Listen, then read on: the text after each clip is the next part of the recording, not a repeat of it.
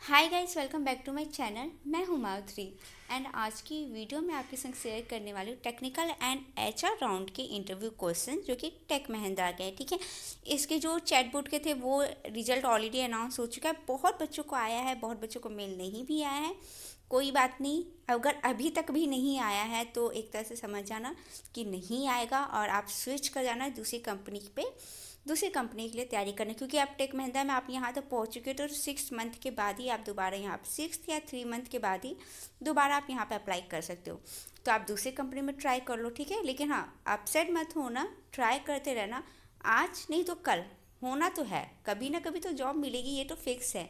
इसलिए कभी हार नहीं मारने का, हमेशा ट्राई करना है, कोशिश करते रहना है ताकि हमें भी जॉब मिल जाए, ठीक है। फिलहाल यहाँ पर हम लोग क्या देखने वाले, टेक्निकल एंड एचआर राउंड के क्वेश्चंस, किस टाइप के क्वेश्चंस पूछे जा रहे हैं, आपको प्रिपेयर कैसे करना है, ये सारी चीज़ें देखेंगे, ठीक है। मैं ये तो नहीं कहूँगी कि ये क्वेश्चन अभी कुछ महीने पहले पूछे गए थे या फिर कुछ सालों पहले, मुझे एग्जैक्ट डेट नहीं याद है कब ये इंटरव्यू क्वेश्चन पूछे गए थे, बट अरेंज हो गए तो मैं सोची ला आपके संग शेयर कर देती हूँ। तो ये डेट तो मुझे एग्जैक्ट नहीं पता है कि कब ये इंटरव्यू हुआ था, इंटरव्यू क्वेश्चन, लेकिन हाँ क्वेश्चंस इंपॉर्टेंट है, इसलिए कहूँगी कि एक बार वीडियो को लास्ट तक देखिएगा, पूरा वीडियो देखिए, स्किप मत कीजिएगा। बहुत बच्चे होते हैं जो भगा भगा के देखते हैं, तो भगा भगा के नहीं, आप आराम से देखिएगा। सारी चीज़ें हम लोग डिस्कस करने वाले, प्रिपेयर कैसे करना है और किस किस टाइप के क्वेश्चन पूछे जा रहे हैं आपके टेक्निकल और एचआर राउंड दोनों के। आज की वीडियो में दोनों क्वेश्चन बताने वाली, क्यों? क्योंकि आप लोग को जो मेल आया वहाँ पे क्या लिखा था, TR/HR राउंड, यानी कि हो सकता है आपके साथ टेक्निकल के ही सिर्फ क्वेश्चन पूछे जाएँ, या फिर टेक्निकल एचआर दोनों के क्वेश्चन पूछे जा सकते हैं, या फिर सिर्फ एचआर के ही क्वेश्चन पूछे जा सकते हैं, या फिर ये भी हो सकता है कि सिर्फ आपका इंट्रोडक्शन और फाइनल ईयर का प्रोजेक्ट पूछ के ही आपको सिलेक्ट कर लिया जाए। कुछ भी हो सकता है, हम तो जानते नहीं है कि क्या होने वाला है हमारे साथ। इसीलिए मैं ये कहूँगी कि जो भी चीज़ आज की वीडियो में मैं बताने वाली हूँ लास्ट तक देखिएगा, उन्हें प्रिपेयर जरूर कर लीजिएगा ताकि आपका इंटरव्यू अच्छा जाए। एंड वन मोर रिक्वेस्ट, अगर आप अपना इंटरव्यू देते हैं तो प्लीज़ अपना एक्सपीरियंस भी हमारे साथ शेयर करें, क्योंकि आपके एक्सपीरियंस जो भी आप शेयर करते हो उससे प्रॉफिट ये होता है कि अपकमिंग जो भी बच्चे होते हैं उन्हें उससे प्रॉफिट मिलता है, वो समझ पाते हैं कि हमें क्या क्या पढ़ना है, क्या क्या नहीं पढ़ना है। इसलिए आप सभी से कहूँगी कि आप लोग ज़रूर से ज़रूर अपना एक्सपीरियंस शेयर करें। शेयर कैसे करना है उसके लिए आपको नीचे कमेंट बॉक्स मिल जाएगा, मेरा ईमेल आईडी मिल जाएगा, इंस्टा मिल जाएगा। इंस्टा पर नहीं फॉलो किया तो फटाफट से फॉलो भी कर सकते हो आप। टेलीग्राम पे आप शेयर कर सकते हो, बहुत सारे प्लेटफॉर्म है जहाँ से भी आप चाहो मेरे संग अपनी डिटेल्स शेयर कर सकते हो, ठीक है। तो आज की वीडियो में हम लोग क्या देखने वाले हैं, टेक्निकल एंड एचआर राउंड की इंटरव्यू क्वेश्चन, जो कि किसके हैं, टेक महिंद्रा के। तो यहाँ पे स्क्रीन पर देख सकते हो, मैंने एक चार्ट बनाया है जो कि CSIT इलेक्ट्रिकल इलेक्ट्रॉनिक्स वालों के लिए, क्योंकि यहाँ पर मैकेनिकल सिविल वाले तो बच्चे हैं नहीं, इसलिए मैं उन बच्चों को यहाँ पर कंसीडर नहीं की हूँ। यहाँ पर सिर्फ और सिर्फ CSIT इलेक्ट्रॉनिक्स इलेक्ट्रिकल के ही बच्चों के लिए है। किस टाइप के क्वेश्चन पूछे जाएंगे वो देखते हैं। पहले तो आपको प्रिपेयर क्या करना है, आपका रिज्यूम अच्छे से प्रिपेयर कर लीजिएगा। रिज्यूम में आप जो भी चीज़ मेंशन किए हो उसे जो आप लोग से रिज्यूम क्यों मांगा गया है, सभी बच्चों ने रिज्यूम सेंड कर ही दिया होगा। 10 PM दिया गया था टाइमिंग, और मुझे जहाँ तक उम्मीद है कि सभी बच्चे सेंड कर ही चुके होंगे रिज्यूम इसलिए सेंड किया गया है, इसलिए मांगा गया है रिज्यूम, कि रिज्यूम आपका उनके पास रहेगा तो इंटरव्यू जब आप दोगे उस टाइम आपका रिज्यूम उनके हाथ में रहेगा, तो वो क्वेश्चन आपके रिज्यूम से भी पूछेंगे, इसीलिए वो लोग रिज्यूम मांगे हैं। अब समझ आ गया रीज़न रिज्यूम सेंड करने का, क्यों रिज्यूम मांगा गया है। रिज्यूम इसलिए मांगा गया है ताकि आपसे इंटरव्यू टाइम रिज्यूम से भी क्वेश्चन पूछे जा सके। इसलिए कह रही हूँ, रिज्यूम में आपने जो भी चीज़ एंटर किया है, जो भी चीज़ लिखा है, अब उसे आप अपडेट नहीं कर सकते हो। अब ये बहुत बच्चे कहते हैं कि मैंने तो मैम सी भी उसमें डाल दिया, बट मैंने तो सिर्फ सी ट्रेनिंग किया था, मुझे सी की उतनी नॉलेज नहीं है और मैंने उसमें सी डाल दिया, तो क्या मैं उसे एडिट कर सकती हूँ या कर सकता हूँ? नहीं, आप उसे एडिट नहीं कर सकते हैं। तो ऐसा कुछ मत सोचिएगा कि हम दोबारा मेल उनको कर देते हैं, रीसेंड कर देते हैं, नहीं, ऐसा कुछ नहीं होने वाला है। अब आपने जो भी उनको भेज दिया है, अब आप उसे बैठ के प्रिपेयर करें। अगर आपने बेसिक सी लिखा है तो बेसिक सी भी प्रिपेयर करना पड़ेगा। अगर आपने अपने रिज्यूम में लिखा है कि आपको SQL आते हैं, डेटा स्ट्रक्चर आते हैं, नेटवर्किंग आती है, तो आपको उनको प्रिपेयर करना पड़ेगा। एंड मोस्ट इंपॉर्टेंट थिंग, अगर आपने उसमें मेंशन किया कि आपने ये चीज़ इंटर्नशिप में की है, तो आपको इंटर्नशिप का भी पढ़ना पड़ेगा। इंटर्नशिप में जो भी चीज़ें आपने वहाँ लिखी हुई है, सभी इंटर्नशिप के क्वेश्चंस भी आपसे पूछे जाएंगे कि आपने इंटर्नशिप किया है, क्या किया आपने, क्या वहाँ पर प्रोजेक्ट बनाया था, अच्छा ये प्रोजेक्ट बनाया था, कौन सी टेक्नोलॉजी आपने यूज़ की है, अच्छा ये टेक्नोलॉजी यूज़ की है, डेटाबेस में आपने क्या क्या किया है, क्या कमांड क्या आपने चलाए थे। इस तरह से क्वेश्चन पूछे जा सकते हैं। इसलिए अगर आपने लिखा है वहाँ पर कि मैंने इंटर्नशिप किया है, तो इंटर्नशिप में जो भी चीज़ें आपने किया हो उसे अच्छे से पढ़ लीजिएगा, ताकि आप इंटर्नशिप के भी आंसर दे पाएँ। अगर आपने फाइनल ईयर के प्रोजेक्ट बनाए हैं तो उसे भी प्रिपेयर कर लीजिएगा, ठीक है। तो पहला तो ये हो गया आपका रिज्यूम, अच्छे से प्रिपेयर करिएगा। सेल्फ इंट्रोडक्शन, ये बहुत ही इम्पॉर्टेंट चीज़ है, क्योंकि बहुत बच्चे होते हैं जो सेल्फ इंट्रोडक्शन नहीं दे पाते हैं। तो इस चीज़ को ध्यान रखना, सेल्फ इंट्रोडक्शन में बिल्कुल भी गलती मत करना। सेल्फ इंट्रोडक्शन मोस्ट इंपॉर्टेंट है, इसलिए सेल्फ इंट्रोडक्शन अच्छे से प्रिपेयर करके जाएगा। आप प्रिपेयर कैसे करना है, आप एक पेज लीजिए, उस पेज पर अपना सेल्फ इंट्रोडक्शन लिख लीजिए। मिरर के सामने खड़े होके आप उस जो भी आपने लिखा है उसे पढ़िए, बोलिए, और आई कांटेक्ट अपने मिरर के सामने, क्योंकि आपका यहाँ पर कैमरा ऑन रहेगा और आपको सामने देख के बात है। अगर आप इधर उधर देखते हो ना तो उनको ये लगेगा कि आप चीटिंग कर रहे हो, इसलिए आपको इधर उधर नहीं देखना है। आपको डायरेक्ट जो भी इंटरव्यूअर है उसके सामने देख के उनको जवाब देना है, आई कांटेक्ट करते हुए जवाब देना है।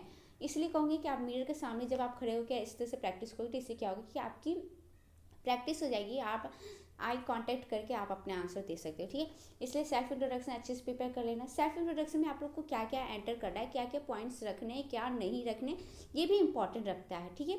चलिए उसके बारे में बात कर लेते हैं। मैंने इसमें पीपीटी में तो ऐड नहीं किया है, बट हाँ मैं ओरली वर्बली आपको बता देती हूँ, उन बातों को थोड़ा सा ध्यान दे दीजिएगा। सेल्फ इंट्रोडक्शन में आपको क्या करना है, आप तो पहले उनको ग्रेट करना है कि thank you for giving me this opportunity, that. आप इस तरह से उनको विश करोगे कि मुझे फाइनली आपने ये अपॉर्चुनिटी दी है, उसके लिए आप उनको थैंक यू कहोगे। उसके बाद से आपको क्या करना है, आपका नाम, आपके नाम के बाद आपकी लोकेशन, नाम के बाद आपको लोकेशन बताना है। ये नहीं करना है कि नाम के बाद डायरेक्ट कॉलेज पे आ गए, नहीं, अब बाद में आप लोकेशन बताओगे, ऐसा कुछ नहीं करना है। सबसे पहले आप अपना नाम बताओगे, नेम के बाद your location, after your location आपको बताना है कि आपने ग्रेजुएशन कहाँ से किया है।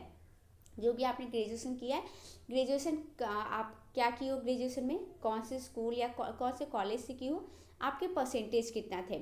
आपको कॉलेज का नाम एंड परसेंटेज बताना है और ब्रांच बताना है। आप इलेक्ट्रिकल से हो, इलेक्ट्रॉनिक्स से हो कि CSIT से, ये भी बताना है। लेकिन हाँ, वहाँ कॉलेज का लोकेशन नहीं बताना है।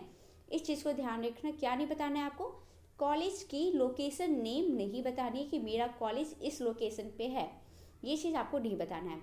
आफ्टर ग्रेजुएशन आपको क्या बताना है, आपकी स्कूलिंग में आपने क्या क्या किया, 10th एंड 12th किया है। अगर डिप्लोमा किया तो आप डिप्लोमा ऐड कर सकते हो, नहीं किया तो आप सिर्फ 10th 12th ही ऐड करोगे। 10th 12th में आपको क्या करना है, सिर्फ अपने कॉलेज का नाम बताना है और परसेंटेज बताना है। वहाँ पर ये नहीं बताना कि मैं साइंस से था या बायो से, ऐसा तो कुछ है नहीं, क्योंकि वहाँ साइंस वाले ही बच्चे सिलेक्ट हो रहे हैं, साइंस वाले ही बच्चे बीटेक कर रहे हैं, बायो वाले तो नहीं ना जा रहे हैं बीटेक करने। साइंस में जो फिजिक्स केमिस्ट्री मैथ पढ़ा वही जा रहा है क्या करने, बीटेक कर रहे हैं। तो वहाँ पे ये नहीं बताना है कि मैं साइंस लिया था या बायो लिया था या मैथमेटिक्स लिया था, ऐसा कुछ नहीं। आपको क्या करना है, आपके स्कूल का नाम प्लस आपका कितना परसेंटेज था, ये हो गया आपका स्कूलिंग का काम। उसके बाद ड्यूरिंग और ग्रेजुएशन, आप अपनी ग्रेजुएशन के टाइम क्या क्या किया है। आपने अपनी ग्रेजुएशन के टाइम, मान लिया आपने कोई प्रोजेक्ट बनाया है, जो भी प्रोजेक्ट बनाया जिसके बारे में आपको डिटेल्स पता हो आप उसको ऐड कर सकते हैं। फाइनल ईयर प्रोजेक्ट ऐड कर सकते हो अपनी ग्रेजुएशन में। ड्यूरिंग ग्रेजुएशन अगर आपने कोई ट्रेनिंग की है तो आप उसे ऐड कर सकते हो वहाँ पर, बट हाँ जो भी चीज़ ऐड करोगे उसकी नॉलेज आपको होनी चाहिए, इस चीज़ को आप ध्यान रखना, ओके। इसके बाद से आपका आता है आपके हॉबीज़, आप चाहो तो ऐड कर सकते हो। लेकिन हाँ, ये लॉकडाउन में आपने क्या किया, अगर आप 2020 के पास आउट हो या 2021 के पास आउट हो, अगर 2020 हो तो 2021 में क्या किया आपने, हुआ ना 1 ईयर का गैप, तो उस गैप में 1 ईयर 2 ईयर का जो भी गैप आपका हो रहा है उस गैप में आपने क्या किया है, ठीक है। तो यानी कि कोविड टाइम में आपने क्या किया उसे भी आपको बताना पड़ेगा कि ड्यूरिंग कोविड टाइम मैंने ये चीज़ें की है, वो आप वहाँ पे ऐड करोगे।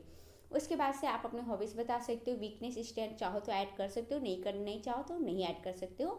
इसका that's all about my self. ज़्यादा लंबा आपको नहीं बोलना है इंट्रोडक्शन, उतना ही सफिशियंट बोलना है कि ताकि वो भी उतने में क्या कहते हैं इसको, मतलब वो एग्री कर जाए और आप भी कर जाओ, ठीक है, दोनों तरफ से इक्वली रहे। इसलिए आपको सिर्फ उतना ही बोलना है जितना रिक्वायरमेंट है, ज़्यादा नहीं बोलना है आपको, और उन्हीं चीज़ों को ऐड करना है जिसके बारे में आपको नॉलेज होगा। तो ये आपके इंट्रोडक्शन का पार्ट हो गया। आई होप आपको समझ आ गया होगा कि आपको इंट्रोडक्शन में क्या क्या पॉइंट्स ऐड करने हैं, क्या क्या नहीं करने हैं।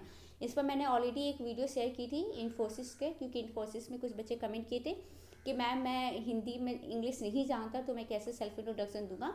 तो वहाँ पर मैंने एक वीडियो शेयर की थी जहाँ पर मैंने बताया था कि आपको सेल्फ इंट्रोडक्शन कैसे देना है। मैं देखती हूँ मुझे वो जैसी वीडियो मिलता है मैं नीचे डिस्क्रिप्शन बॉक्स में वो लिंक दे दूँगी, आप उस वीडियो को जरूर चेकआउट कर लीजिए, क्योंकि वहाँ पर मैंने बताया कि आपको सेल्फ इंट्रोडक्शन कैसे देना है, किन बातों को ध्यान रखना है, किन बातों को नहीं रखना है। किन बातों को याद नहीं रखना है, ध्यान नहीं रखना है कि आपको वहाँ पर स्कूलिंग और ग्रेजुएशन में आपको लोकेशन का नाम नहीं बताना है। दूसरी पॉइंट, उन्हीं चीज़ों को आप अपने इंट्रोडक्शन में ऐड करोगे जिसके बारे में आपको नॉलेज है, जिसके बारे में नॉलेज नहीं है उसे आप नहीं ऐड करोगे, ठीक है। तो ये आपका इंट्रोडक्शन का पार्ट हो गया। उसके बाद आते हैं आपका प्रोजेक्ट। प्रोजेक्ट में आपको क्या क्या तैयारी करना है। प्रोजेक्ट में यहाँ आपने जो भी प्रोजेक्ट बनाया उसमें कौन सी टेक्नोलॉजी यूज़ की, फ्यूचर स्कोप क्या है, एक short introduction about your project. अब प्रोजेक्ट का जो इंट्रोडक्शन वो कहाँ से आप प्रिपेयर करोगे, तो आपने अपने कॉलेज टाइम में सिनॉप्सिस तैयार किया होगा, पीपीटी तैयार किया होगा। आपको क्या करना है, आप जो भी सिनॉप्सिस या पीपीटी जो भी आपने तैयार किया है, रिपोर्ट तैयार किया है, आप उसे उठाइए। वहाँ पर जो फर्स्ट सेकंड पेज पर लिखा रहता है ना इंट्रोडक्शन, आप सिर्फ उस इंट्रोडक्शन को याद कर लीजिए, हो गया काम, आपका प्रोजेक्ट का तैयारी हो गया। यानी कि आपको प्रोजेक्ट में जो भी इंट्रोडक्शन दिया वो पढ़ना है, उसके आपने उसमें कौन कौन सी टेक्नोलॉजी यूज़ की है वो, एंड फ्यूचर स्कोप क्या है, बस। और हाँ, साथ में आप वर्किंग भी पढ़ लीजिएगा। मे बी अगर आपका प्रोजेक्ट उनको इंटरेस्टिंग लगता है तो वो आपसे पूछ भी सकते हैं कि इसकी वर्किंग आप एक्सप्लेन कीजिए। जैसे कि एक कैंडिडेट थे जो कि टीसीएस का इंटरव्यू दिया था और उनसे कोई टेक्निकल क्वेश्चन नहीं पूछा गया था, उनसे डायरेक्ट फाइनल का प्रोजेक्ट जब पूछा गया तो उन्होंने बताया था कि डिलीवरी रोबोट उन्होंने बनाया है। वो सुनने में उनको इंटरेस्टिंग लगा कि कोविड टाइम में डिलीवरी रोबोट, उन्हें बहुत इंटरेस्टिंग लगा। फिर उन्होंने बोला कि अब इसे एकदम डिटेल में एक्सप्लेन करो। बस उसने डिटेल में एक्सप्लेन कर दिया, उसका कोई भी टेक्निकल क्वेश्चन नहीं पूछा गया, सेल्फ इंट्रोडक्शन एंड फाइनल का प्रोजेक्ट डिटेल में एक्सप्लेन। उसके बाद से एक दो एचआर क्वेश्चन पूछे गए थे कि आप कब ज्वाइन करोगे, आपको लोकेशन कौन कौन सी चाहिए, बस इससे ज़्यादा कुछ नहीं पूछा गया। वहीं पर उसका इंटरव्यू ख़त्म हो गया। तो अगर आपका इंटरेस्टिंग होता है प्रोजेक्ट तो डेफिनेटली वो आपसे आपके प्रोजेक्ट के बारे में डिटेल से पूछते हैं, तो थोड़ा सा प्रोजेक्ट पे भी आप थोड़ा सा ध्यान दे दीजिएगा। नाउ बात करते हैं लैंग्वेज। अब यहाँ पर CSIT इलेक्ट्रिकल इलेक्ट्रॉनिक्स के बच्चे हैं।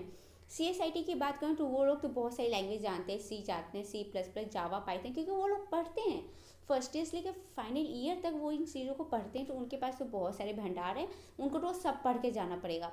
लेकिन हाँ, वो उसमें से कौन सा सबसे ज़्यादा प्रीफर करते हैं, कौन से लैंग्वेज में ज़्यादा कंफर्टेबल हैं, वो वहाँ पर बता सकते हैं कि मैंने भले ही ये सारी चीज़ें पढ़ी हैं but I am comfortable in Java, तो उससे फिर जावा से ही क्वेश्चन पूछे जाएंगे। नाउ अगर हम बात करें इलेक्ट्रिकल एंड इलेक्ट्रॉनिक्स की, तो यहाँ पर जो बच्चे होते हैं सिर्फ फर्स्ट ईयर में सी लैंग्वेज पढ़ते हैं, सेकेंड ईयर में पढ़ते हैं डेटा स्ट्रक्चर, एंड उसके बाद से उनकी पूरी ग्रेजुएशन के टाइम में कोई भी लैंग्वेज का कोई रोल ही नहीं होता है।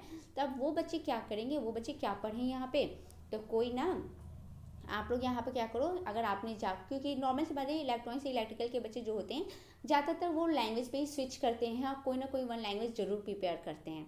आफ्टर ग्रेजुएशन वो कोई ना कोई लैंग्वेज पे ट्रेनिंग ज़रूर से ज़रूर ही लेते हैं। ये 99% स्टूडेंट ऐसा करते ही हैं। तो अगर आपने किया है ऐसा कि आपने किसी लैंग्वेज पे ट्रेनिंग ली है, तब तो आप उस लैंग्वेज को प्रिपेयर कर लीजिएगा अच्छे से। अगर आपने नहीं किया है तो भी कोई बात नहीं, आप अपने कॉलेज टाइम में नेटवर्किंग पढ़ा होगा, फाइनल ईयर में है, फाइनल ईयर में भी नेटवर्किंग है एंड थर्ड ईयर में भी है, third year and fourth year दोनों में नेटवर्किंग है, आप पढ़े ज़रूर होंगी, उस पर आपने प्रैक्टिकल भी किया होगा। सिस्को के बारे में ज़रूर पढ़ा होगा, सिस्को के बारे में आपको थर्ड ईयर में ट्रेनिंग भी दी गई होगी, तो आपको इनकी नॉलेज ज़रूर होगी, तो आप इन्हें ज़रूर पढ़ लीजिएगा क्योंकि टेक महिंद्रा पे इस पर भी काम मिलते हैं।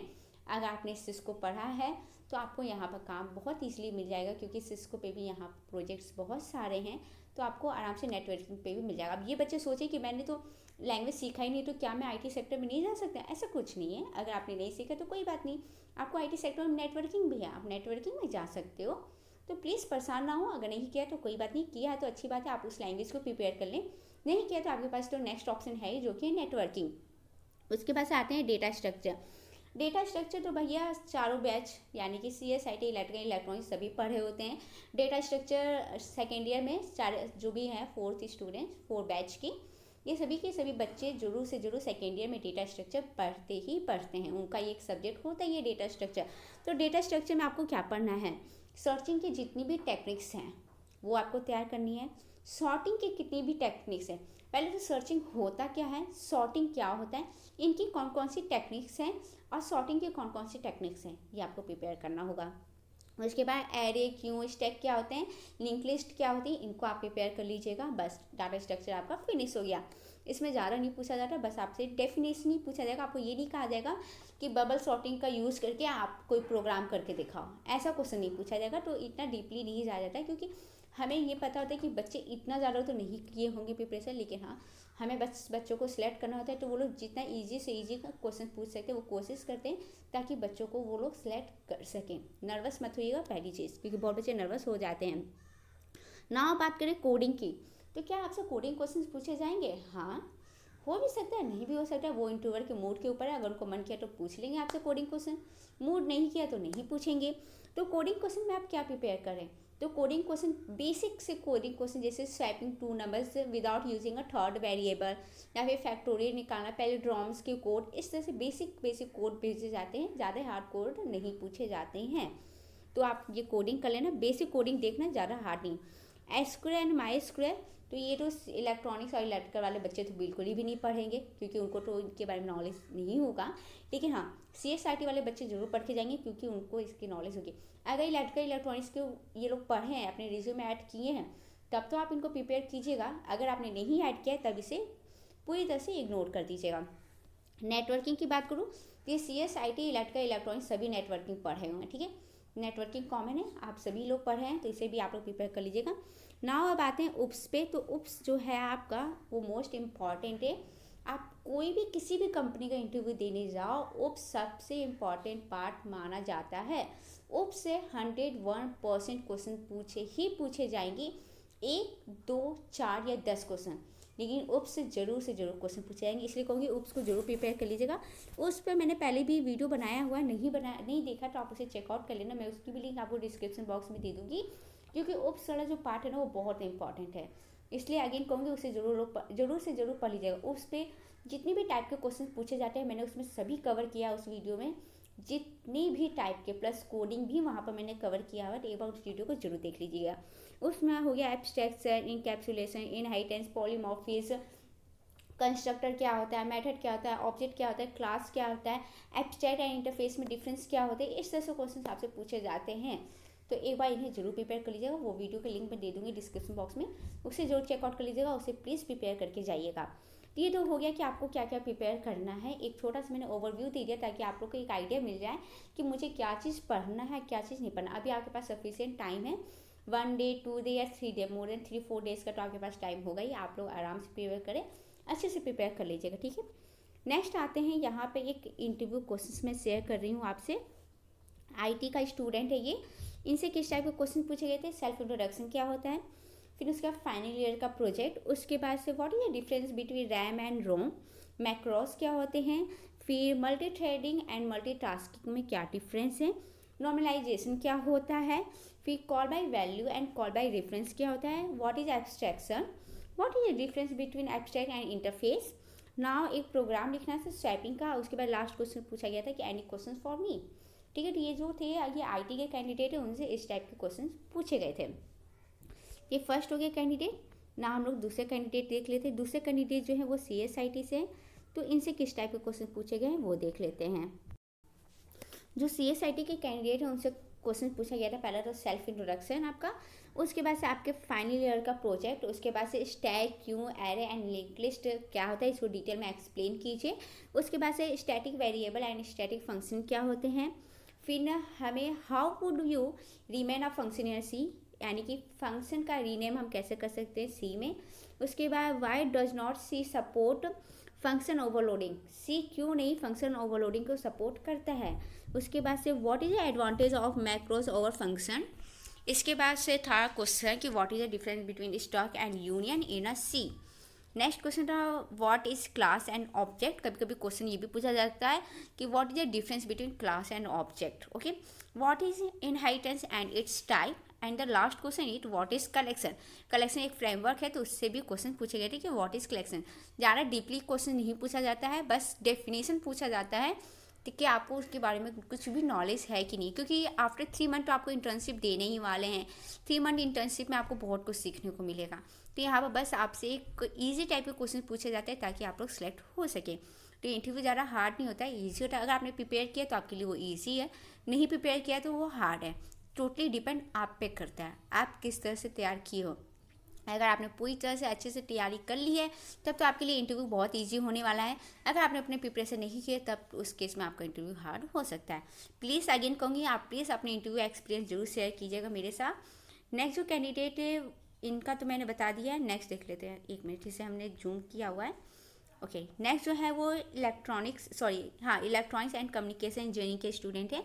इनसे क्या क्वेश्चन पूछा गया था, सेल्फ इंट्रोडक्शन, फाइनल ईयर का project, what is risk and six, ठीक है, RICS एंड CISC, ये ऑलरेडी फाइनल ईयर के सब्जेक्ट है। ये माइक्रोवेव करके शायद कोई सब्जेक्ट था, उसी में था, माइक्रोवेव में ही था मे बी।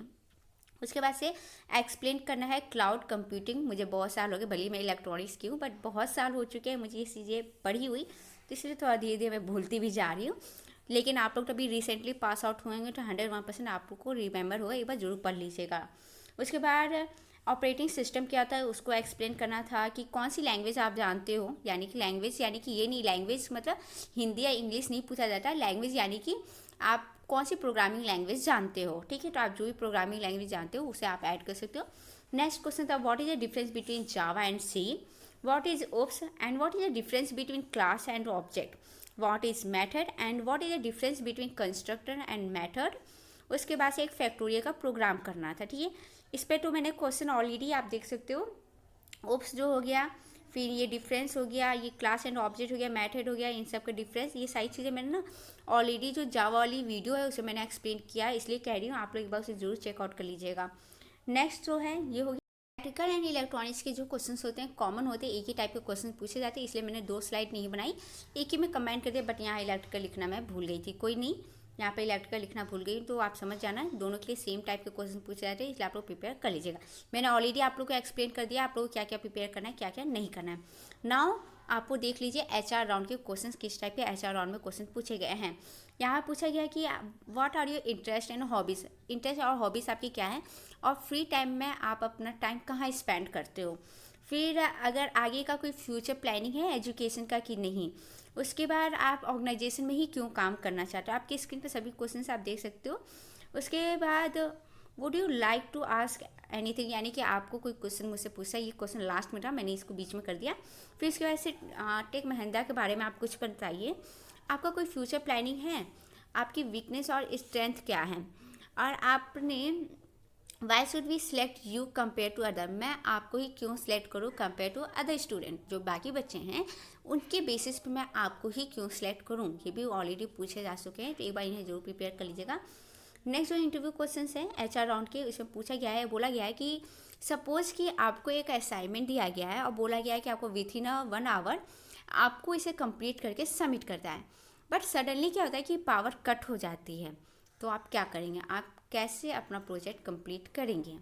ओके, तो ये था आपका, आप उस टाइम क्या एक्शन लोगे वो पूछा गया था। उसके बाद से why should we select you over two, okay, यही क्वेश्चन सेम है कि मैं बाकी लोगों के कंपेयर में मैं तुम्हें क्यों सिलेक्ट करूँ। फिर आफ्टर 10 ईयर आप अपने आप को कहाँ देखोगे वो बताना है।